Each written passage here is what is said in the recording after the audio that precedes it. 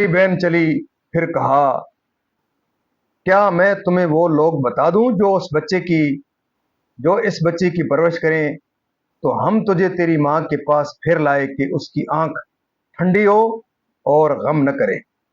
اور تو نے ایک جان کو قتل کیا تو ہم نے تجھے غم سے نجات دی اور تجھے خوب جانچ لیا، تو کئی برس مدین والوں میں رہا، پھر تو ایک ٹھہرائے وعدے پر حاضر ہوا اے موسیٰ، اور میں نے تجھے خاص اپنے لیے بنایا، تو اور تیرا بھائی دونوں میری نشانیاں لے کر جاؤ اور میری یاد میں سستی نہ کرنا، دونوں فرعون کے پاس جاؤ، بے شک اس نے سر اٹھایا تو اس سے نرم بات کہنا کہ اس امید پر کہ وہ دھیان کرے یا کچھ ڈرے۔ دونوں نے عرض کیا، اے ہمارے رب، بے شک ہم ڈرتے ہیں کہ وہ ہم پر زیادتی کرے یا شرارت سے پیش آئے۔ فرمایا، ڈرو نہیں، میں تمہارے ساتھ ہوں، سنتا اور دیکھتا۔ تو اس کے پاس جاؤ اور اس سے کہو کہ ہم تیرے رب کے بھیجے ہوئے ہیں، تو اولاد یعقوب کو ہمارے ساتھ چھوڑ دے اور انہیں تکلیف نہ دے، بے شک ہم تیرے رب کی طرف سے نشانی لائے ہیں، اور سلامتی اسے جو ہدایت کی پیروی کرے، بے شک ہماری طرف وہی ہوئی ہے کہ عذاب اس پر ہے جو جھٹلائے اور منہ پھیرے۔ بولا، تو تم دونوں کا خدا کون ہے اے موسیٰ؟ کہا، ہمارا رب وہ ہے جس نے ہر چیز کو اس کے لائق صورت دی، راہ دکھائی۔ معزز ناظرین، اللہ تعالیٰ کے فضل و کرم سے یہاں تک آج کی اس کی ترجمہ اختتام پذیر ہوا۔ اب اس کی تفسیر تسلسل سے۔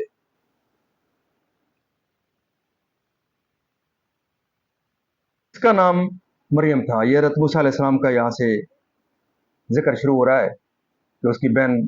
مریم کا ذکر یہاں سے شروع ہو رہا ہے، جس کا نام مریم تھا تاکہ وہ اپنے آپ کے حال کا تجسس کرے اور معلوم کرے کہ صندوق کہاں پہنچا، آپ کس کے ہاتھ آئے۔ جب اس نے دیکھا کہ صندوق فرعون کے پاس پہنچا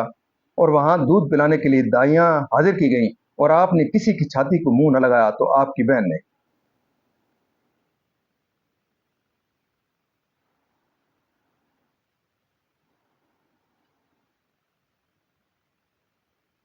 نے ان لوگوں نے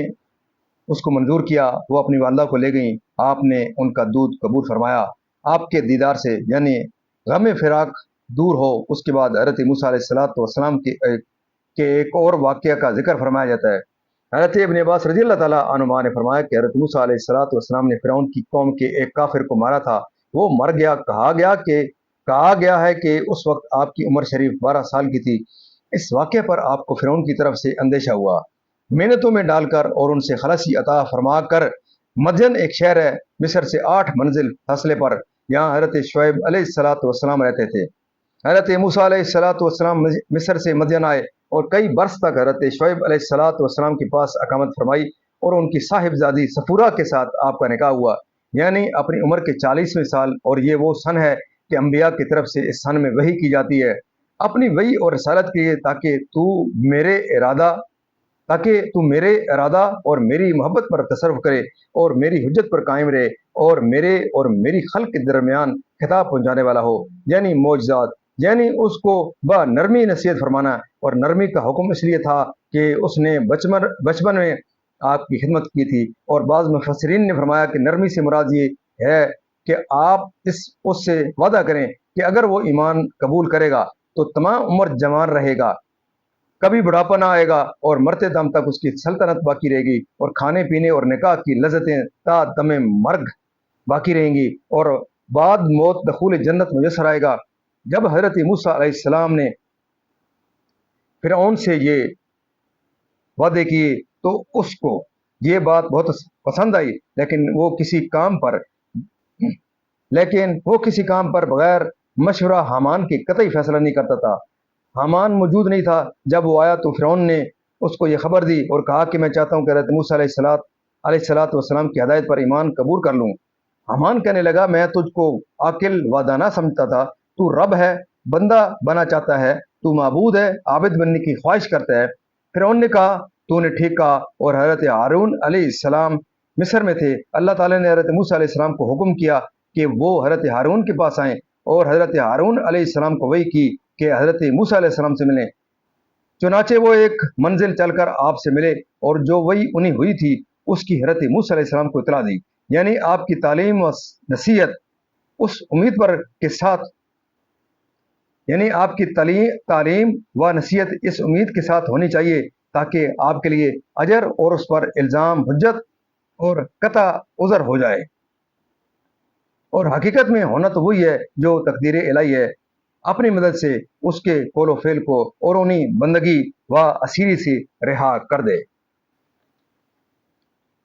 محنت و مشقت کے سخت کام لے کر یعنی معجزے جو ہمارے صدق نبوت کی دلیل ہے۔ فرعون نے کہا وہ کیا ہیں؟ تو آپ نے معجزہ ید بیضا دکھایا، یعنی دونوں جہان میں اس کے لیے سلامتی ہے، وہ عذاب سے محفوظ رہے گا۔ ہماری نبوت کو اور ان احکام کو جو ہم لائے، ہماری ہدایت سے حضرت موسیٰ و حضرت ہارون علیہ السلام نے فرعون کو یہ پیغام پہنچا دیا تو وہ ہاتھ کو اس کے لائق ایسی کہ کسی چیز کو پکڑ سکے، پاؤں کو اس کے قابل کے چل سکے، زبان کو اس کے مناسب کے بول سکے، آنکھ کو اس کے موافق کے دیکھ سکے، کان کو ایسی کہ سن سکے۔ ناظرین، اللہ تعالیٰ کے فضل و کرم سے آج تک یہاں تلاوت ترجمہ اور تفسیر اختتام پذیر ہوئی۔ ہم اللہ تعالیٰ کے دربار کے اندر اس کلام مقدس کے حضور پاک صلی اللہ علیہ وسلم کی ذات و برکات سے دعا کرتے ہیں کہ اللہ تعالیٰ نے قرآن پاک پڑھنے، قرآن پاک کو سمجھ کر اس کے احکامات کے مطابق حضور پاک صلی اللہ علیہ وسلم کی پاک سیرت کے مطابق اور صحابہ کرام کے نقشے قدم کے اوپر اللہ تعالیٰ ہمیں چلنے کی توفیق عطا فرمائے۔ اللہ تعالیٰ تمام پریشانیاں دور فرمائے، تمام بیمار کو شفا کاملہ عطا فرمائے اور اللہ تعالیٰ تمام مرحومین کو جنت الفردوس میں اعلیٰ والا مقام عطا فرمائے۔ آپ تمام معزز ناظرین سے یہ درخواست رہتی ہے کہ آپ ختم نبوت کے صدقے اس پروگرام کو ضرور دیکھیں، اس کو لائک شیئر کریں، خود بھی دیکھیں، اپنے بچوں کو، اپنے عزیز اقارب کو، اور جہاں تک ہے حصہ اس ویڈیو کو آپ آگے لائک شیئر کر کے اس کو آگے آپ پھیلا سکتے ہیں، ضرور آگے اس کو پھیلائیں، کیونکہ یہ ایک صدقہ جاری ہے اور اس امت کے اوپر یہ ایک بہت بڑا فریض ہے کہ ہم دنیا کے ہر کونے تک اس پیغام کو پہنچانے کے لیے اپنا کردار ادا کریں۔